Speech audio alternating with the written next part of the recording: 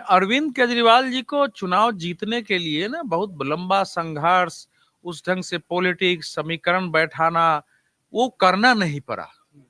तो 2 चुनाव वो लगातार जीत गए, इसलिए उनको बेसिक पॉलिटिक्स जो भारत में चुनाव जिन्होंने 30-30, 40-40 साल मेहनत करने के बाद लोग चुनाव जीत के कहां-कहां पहुंचे हैं, तो वो उनकी जानकारी में नहीं है। वो इसी तरीके से आए हैं कि एक हवा बनाओ, सबको भ्रष्ट घोषित करो, कोई काम करने वाला नहीं है, मैं चमत्कार कर दूंगा।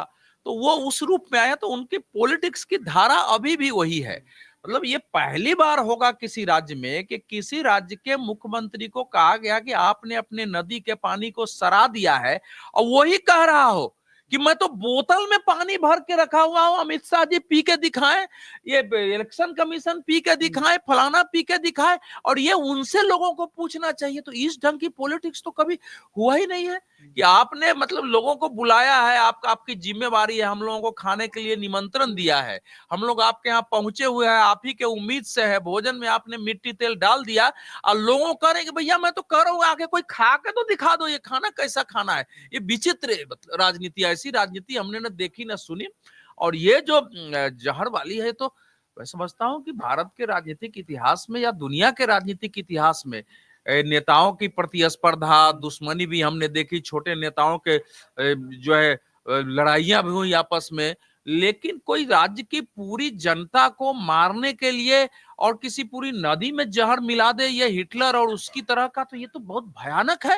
ये तो कल्पना भी नहीं की जा सकती है इस प्रकार के आरोप को। उसके बाद जो कुछ भी हो रहा है वो सब कुछ सामने है।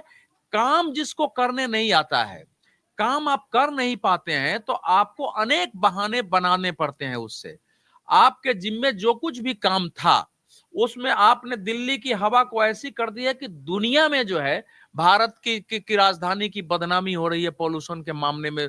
जो है पता नहीं कि इस शीर्ष पर कितने नंबर पर भारत की पॉल्यूशन है। जो यहाँ की सड़कें हैं वो ऐसे गड्ढों में बदल चुकी हैं कि मैं कहता हूं कोई 20-25 मीटर, पहले 50 मीटर कहता था, ध्यान से देखा है, गाड़ी पर सर पर चल के बता दे। गाड़ियों के मेंटेनेंस कॉस्ट बढ़ गए हैं, गाड़ियों का जो है ट्रैफिक जाम की समस्या पैदा हो गई है, सड़कों पर पानी लग, सड़क को आपने ध्वस्त कर दिया। एक फ्लाईओवर की मरम्मत और निर्माण नहीं हो, किसी एक सड़क पर कोई पेंटिंग तक नहीं हुई है, फुट ओवर ब्रिज ध्वस्त हो रहे हैं।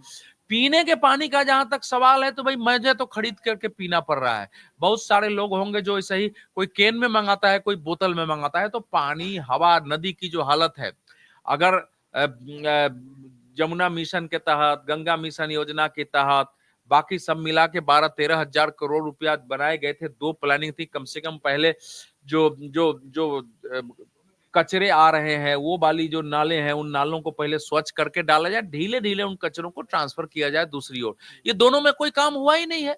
मैं ये तो नहीं मानता हूं कि हाँ भैया, मतलब बाकी जगह की नदियां हमारी बड़ी अविरल और पवित्र रही है, लेकिन दिल्ली के जैसी सरी हुई व्यवस्था तो कम से कम हरियाणा में नहीं है। ये नहीं है कि वहां के कचरे नहीं जाते हैं, जाते हैं वहां के, लेकिन कम से कम वहां मैंने लोगों को स्नान करते हुए, पूजा करते हुए हरियाणा में देखा है।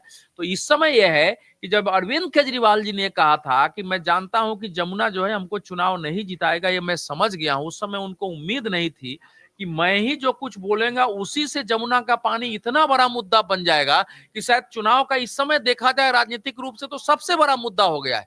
और ये अच्छी बात है कि देश में नदियों की बहस हो, और उनके लिए लेने के देने पड़ गए हैं। इसके लिए इलेक्शन कमीशन तक को अब उन पर तो मुकदमा होंगे, मुकदमे होंगे, झेले उसको। और इस प्रकार के बयानबाजी के लिए कोई भी नेता हो, उसको मुकदमे का सामना करना ही चाहिए।